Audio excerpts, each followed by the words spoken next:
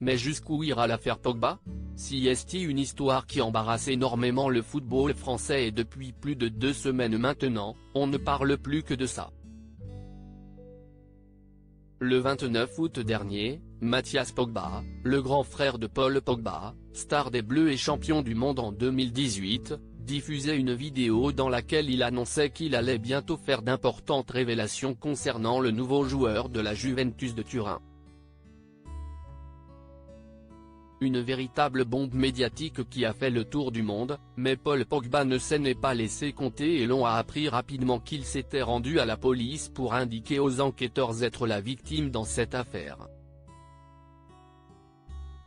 Une enquête a d'ailleurs été ouverte pour extorsion en bande organisée et tentative de la part de la justice française et même la mère de 2 frères, Yo Moriba a été interrogée.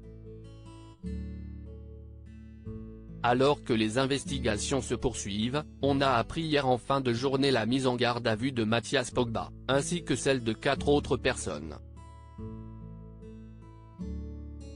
D'après les informations du Monde, ce dernier se serait présenté de lui-même, mercredi après-midi, au service d'enquête avant d'être placé en garde à vue. Le frère de Paul Pogba souhaite donc visiblement coopérer avec la justice française, ce qui ne semble pas être le cas de tous les suspects interpellés dans le cadre de cette enquête. Plusieurs années de prison pour tentative d'homicide selon les informations de France Info, ce placement en garde à vue aurait été précipité par des informations obtenues par la police selon lesquelles l'un des suspects aurait tenté de fuir à l'étranger.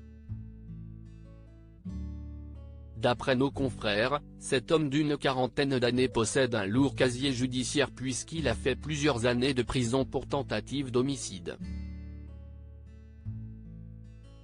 Concernant les 3 autres hommes interpellés, il s'agirait d'amis d'enfance de Paul Pogba, d'à peu près son âge, également connus des services de police pour de petits délits, toujours selon les informations de France Info.